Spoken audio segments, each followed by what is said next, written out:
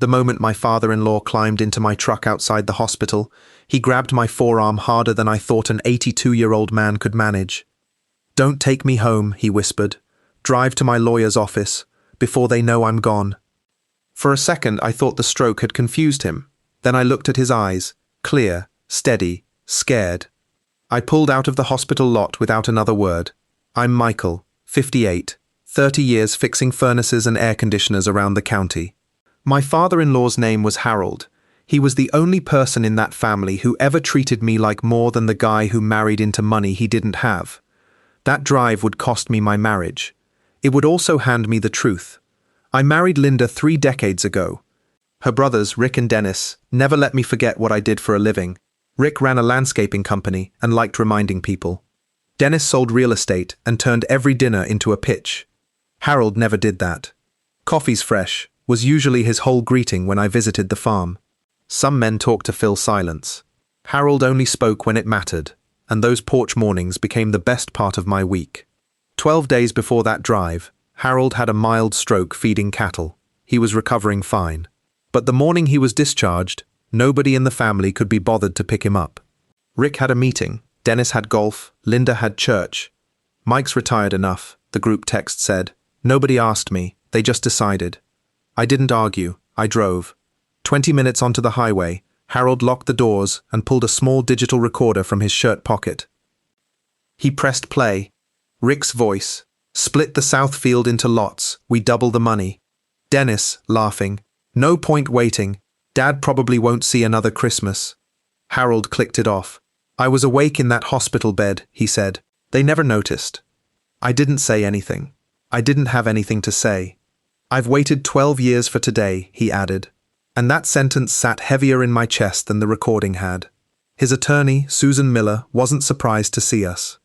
She unlocked a cabinet and pulled out a sealed envelope, dust across the top. 7 years old, she said. Harold had been documenting things since his wife died. Notes, property records, dates, not panic, preparation. "There are things Linda doesn't know," he told me. Then he corrected himself, things she chose not to know. Then, quietly, "By tonight, everyone in my family is going to hate you." We got back to the farmhouse by 4. Rick and Dennis wanted to know where we'd been for 6 hours. Neither one asked how their father was feeling. That night I found Linda in our garage, searching my truck with a flashlight, going through the console, the glove box, my receipts. "Rick thinks Dad signed something," she said. "You could have asked me." "I am asking. What did he sign?" "I'd given Harold my word. I can't tell you. Or you won't." "Same thing," I said, and she walked past me without answering. Word moves fast in a small town. Customers started cancelling my maintenance contracts. An old friend at church pulled me aside to say Rick was telling people I'd isolated Harold to steal the farm. Susan called me into her office one evening and locked the door behind us.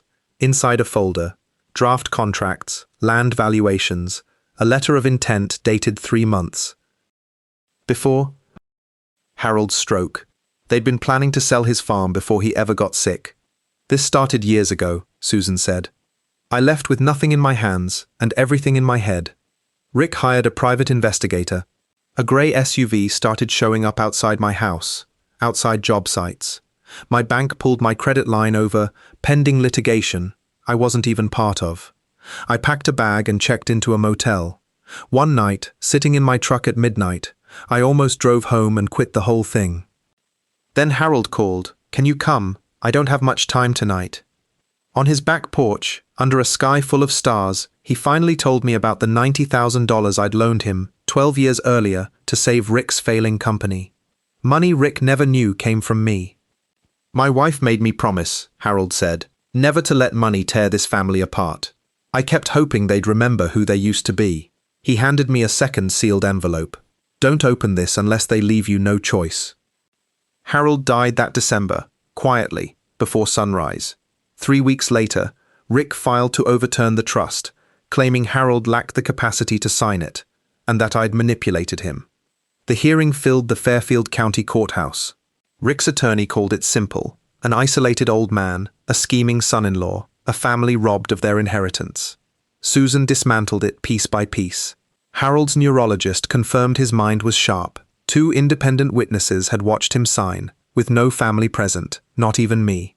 Then she played the recording.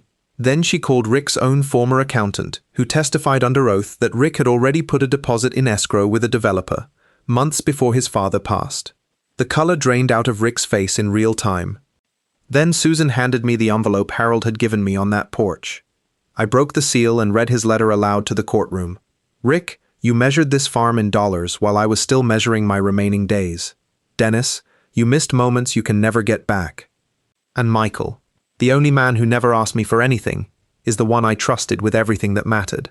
Linda stood up in the back of the courtroom, uninvited, and told the judge that for 30 years she'd let other people define her husband for her, and she'd been wrong. The judge upheld the trust. Rick and Dennis weren't cut out entirely. Harold didn't want revenge through money, he wanted accountability. Each got a modest inheritance, enough to acknowledge they were still his sons.